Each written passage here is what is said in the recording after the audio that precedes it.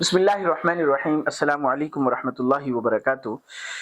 جی، نحو کے اعتبار سے بات چل رہی تھی، ترکیبیں ہم نے شروع کی تھی، تو آج میں آپ کو جو ہے اس میں موصول کی ترکیب پر ہم رک گئے تھے، وہ آپ کو سمجھاؤں گا۔ سب سے پہلے یہ ہے کہ موصول اور صلہ،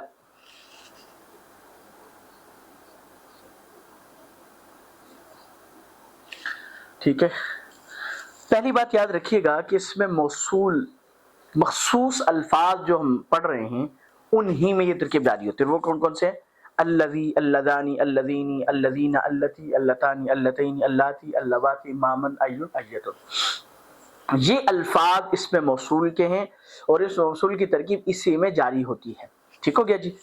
اچھا، دوسری بات، اس میں موصول اور صلہ یہ دونوں مل کر جملے کا جز بنتے ہیں۔ جیسے ہم نے پہلے موصوف صفت کا کیا تھا، مبدل من بدل کا کیا تھا، مبین عطف بیان کا کیا تھا، ٹھیک ہے، اس طرح حال ذو الحال کا کیا تھا، ممیز تمیز کا کیا تھا۔ ایسے ہی آپ یہاں پہ یاد رکھیں کہ موصول اور صلہ مل کر جملے کا جز بنتے ہیں، لیکن ان میں اور ان میں تھوڑا سا فرق ہے۔ وہ فرق آپ کو سمجھانے کے لیے میں نے ذکر کیا تھا کہ الگ سے گفتگو کروں گا۔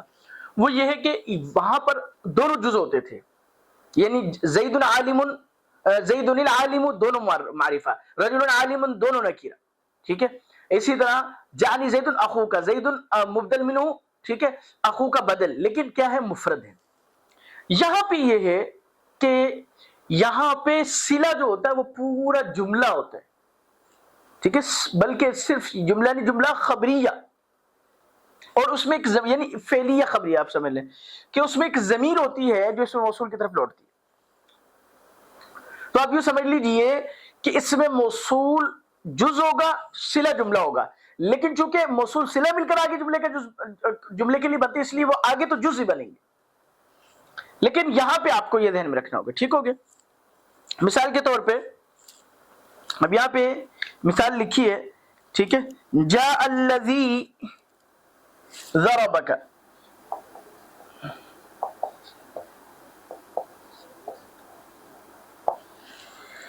جاء الذی ضربک۔ اب دیکھیں، جاء فعل ہے، الذی اسم موصول ہے، الذی، ضرب فعل، ہوا ضمیر فاعل ہے جو الذی کی طرف لوٹ رہی ہے، اور کاف ضمیر چونکہ متصل ہے مفعول کی، اس لیے وہ مفعول ہو گیا۔ تو فعل اپنے فاعل اور مفعول سے مل کر، مفعول بھی سے مل کر جملہ فعلیہ خبریہ ہو کر صلہ، پھر موصول سے مل کر جملے کا جز بن رہے ہیں۔ امید ہے کہ بات سمجھ میں آگئی ہوگی۔ اب اگلی مثال میں ویسے کروا دیتا ہوں۔ رأیت الذین ضرباک، رأیت فعل بفاعل، الذین اسم موصول، ضربا فعل بفاعل، کاف ضمیر مفعول بھی، اس فعل اپنے فاعل اور مفعول بھی سے مل کر جملہ فعلیہ خبریہ ہو کر صلہ، موصول صلہ مل کر مفعول بھی۔ مررت بالذین ضربوک، مررت فعل بفاعل، بعد جاء الذین اسم موصول، ضربوک فعل بفاعل، ٹھیک ہے، فعل بفاعل اور کاف ضمیر مفعول بھی، فعل اپنے فاعل اور مفعول بھی سے مل کر صلہ، موصول صلہ مل کر جملہ، موصول صلہ مل کر مجرور جار مجرور مل کر مررت کے متعلق ہوا۔ اکرم من اکرمک، اکرم فعل بفاعل، من اسم موصول، اکرم فعل ہوا ضمیر فاعل، کاف ضمیر مفعول بھی، فعل اپنے فاعل اور مفعول بھی سے مل کر صلہ، موصول صلہ مل کر مفعول بھی اکرم کا، اکرم فعل اپنے فاعل اور مفعول بھی سے مل کر جملہ فعلیہ انشائیہ ہوا۔ قرأت ما كتبت، قرأت فعل بفاعل، باعث موصول، كتبت فعل بفاعل، فعل فاعل مل کر صلہ، موصول صلہ مل کر مفعول، جملہ جو ہے نا مفعول بھی، فعل اپنے فاعل مفعول بھی سے مل کر جملہ فعلیہ خبریہ ہوا۔ ٹھیک ہو گیا؟ تو یہ آپ نے ذہن میں رکھنا ہے۔ اچھا، آگے اس میں موصول صلہ کی موصول صلہ کی ہوگی، اس میں اشارہ اور مشار الیہ، ٹھیک ہے۔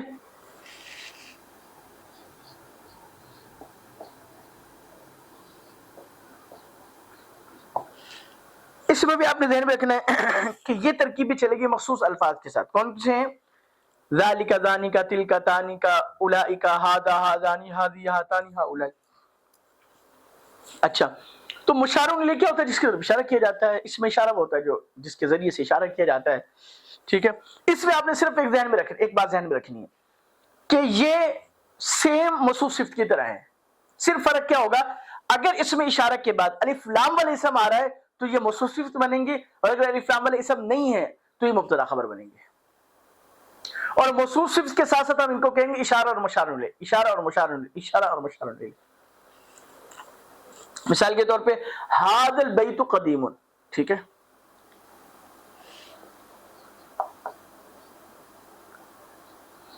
ھذا البیت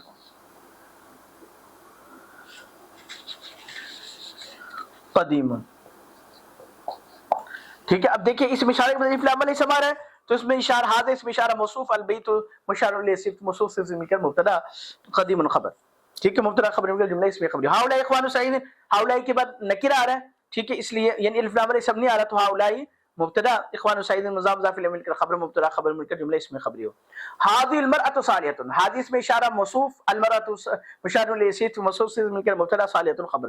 ہاتان البنتان الف لام آ رہا ہے تو اس لیے ہاتانی موصوف، البنتان صفت موصوف سے مل کر مبتدا اختان خبر مبتدا خبر مل کر جملہ اس میں خبر. اولئک طلاب المدرسہ، اولئک مبتدا چونکہ الف لام الاسم نہیں اس لیے طلاب المدرسہ مضاف مضاف الیہ مل کر خبر مبتدا خبر مل کر جملہ اسمیہ خبریہ ہوا. تو اس میں موصول اور اس میں اشارے کی ترکیب الحمدللہ آپ کو سمجھ میں آ گئی. باقی آگے انشاءاللہ پھر کر لیں گے. اللہ پاک سے دعا ہے کہ جو کچھ کہہ سنیں اس پہ عمل کرنے کی توفیق عطا فرمائے. السلام علیکم ورحمۃ اللہ وبرکاتہ.